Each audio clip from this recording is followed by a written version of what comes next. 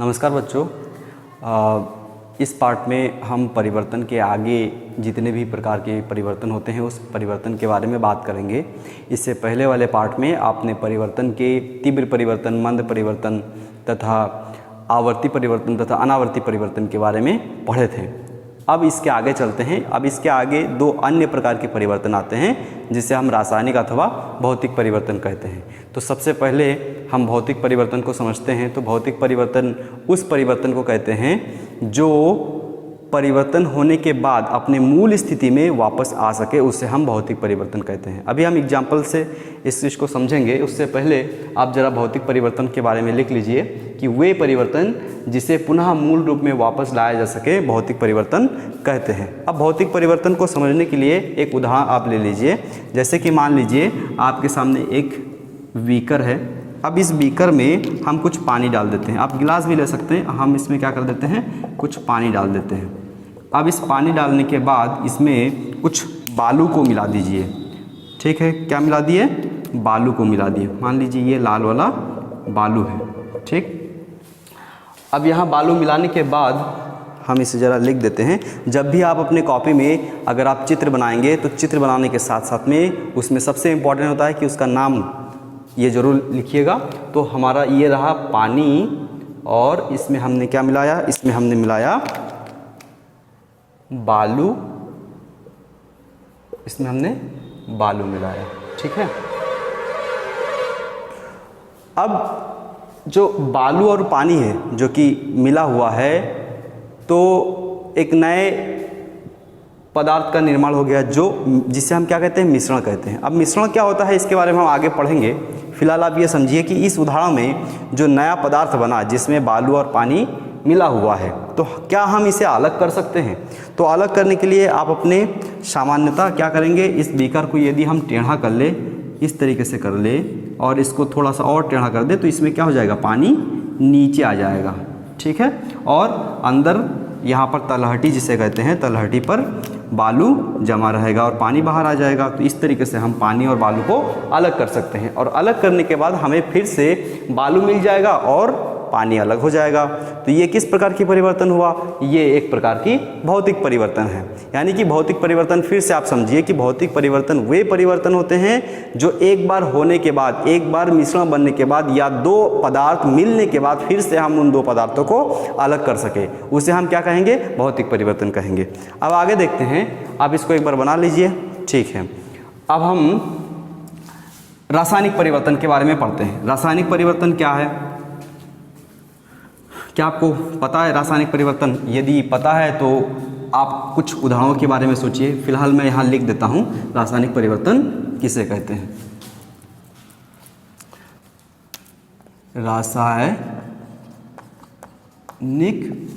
परिवर्तन। ठीक है, रासायनिक परिवर्तन क्या होता है, इसमें लिख लीजिए कि वे परिवर्तन जब दो या दो से अधिक पदार्थ मिलते हैं और मिलने के बाद एक नए पदार्थ का निर्माण करते हैं तथा फिर से भौतिक परिवर्तन की तरह इसे अपनी मूल स्थिति में वापस न लाया जा सके, क्या कहेंगे, रासायनिक परिवर्तन कहेंगे। यानी कि रासायनिक परिवर्तन की परिभाषा क्या होगा कि वे परिवर्तन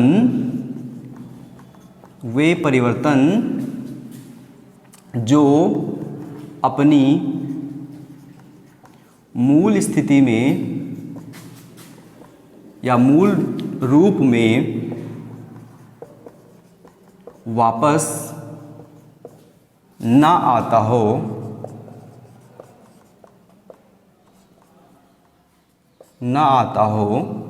रासायनिक परिवर्तन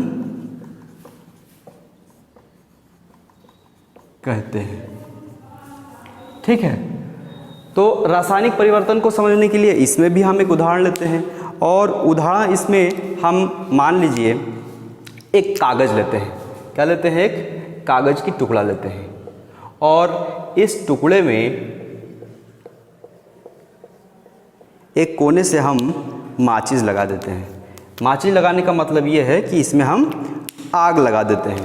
तो अगर हम इसके एक कोने से आग लगा दें तो क्या होगा, आप जानते ही हैं, अगर किसी वस्तु में आग लगा दिया जाए तो वो पूरा जल जाएगा, और जल जाने के बाद हमारे पास बचते क्या है, अब इस पदार्थ के पूरा ये क्या होगा, ये सबसे पहले पूरा जल जाएगा, ये पूरा आग पकड़ लेगा इसमें और जल जाएगा, धुआं निकलेगा, सारी चीज़ें, खांसी वांसी भी कभी कभी आप लोगों को आता होगा, ठीक है। ठंडी के मौसम में आपको बहुत अच्छे से अनुभव होगा इस चीज़ का। खैर, अब आगे क्या होगा कि एक कागज़ को जलाने के बाद हमारे पास बचता क्या है, एक कागज़ जब जल जाता है पूरी तरीके से तो उसके राख बचते हैं। क्या बचते हैं? राख बचते हैं। और जलने से पहले ये क्या था? जलने से पहले ये कागज़ था, ठीक है।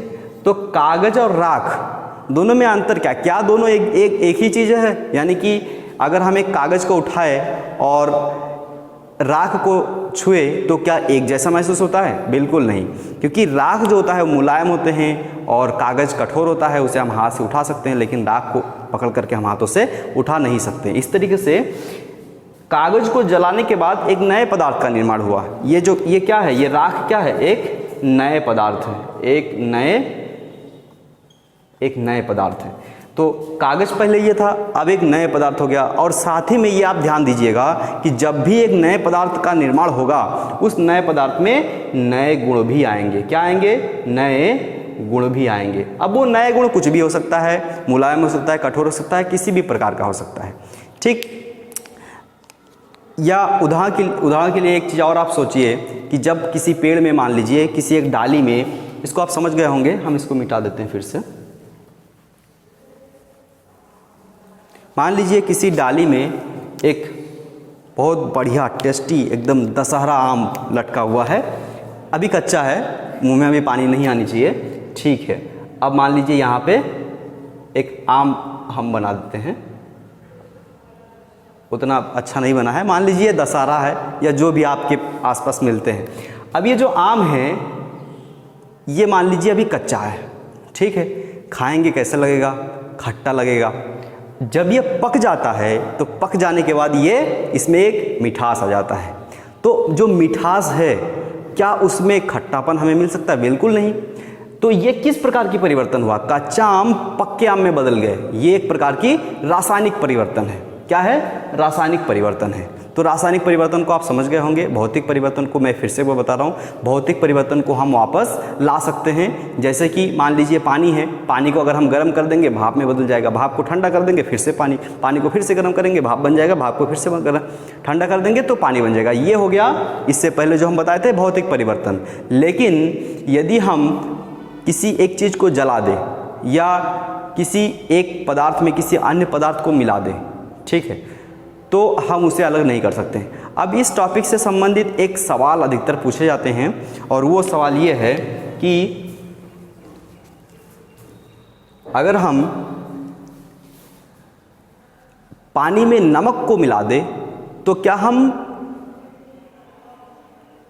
पानी में से नमक को फिर से हम अलग कर सकते हैं? बहुत सारे बच्चे सोचते हैं कि हम नहीं कर सकते। ये बहुत सारे बच्चे ऐसे सोचते हैं कि ये एक रासायनिक परिवर्तन है, लेकिन ऐसा नहीं है। पानी में जब हम नमक को मिला देते हैं तो उस नमक को हम फिर से अलग कर सकते हैं। किस तरीके से? मान लीजिए एक गिलास है, एक गिलास है। अब इस गिलास में कुछ पानी है,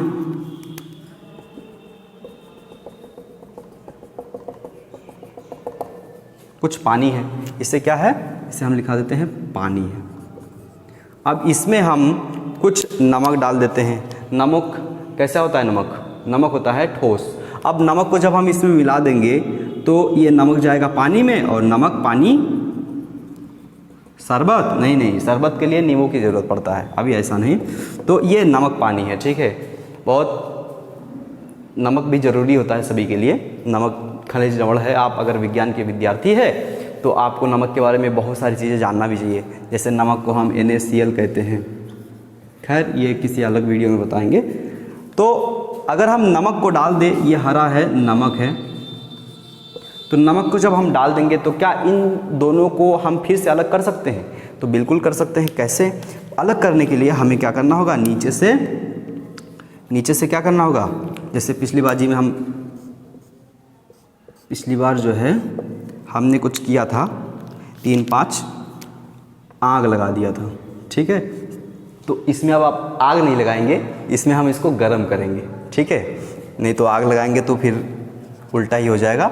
तो जब हम इसको गर्म करेंगे तो गर्म करेंगे, गर्म करने के बाद क्या होगा, ये धीरे धीरे गर्म हो जाएगा और गर्म होने के बाद ये धीरे धीरे वाष्प हो जाएगा। चूँकि पानी है तो पानी का स्वभाव ही है वाष्प में बदल जाना।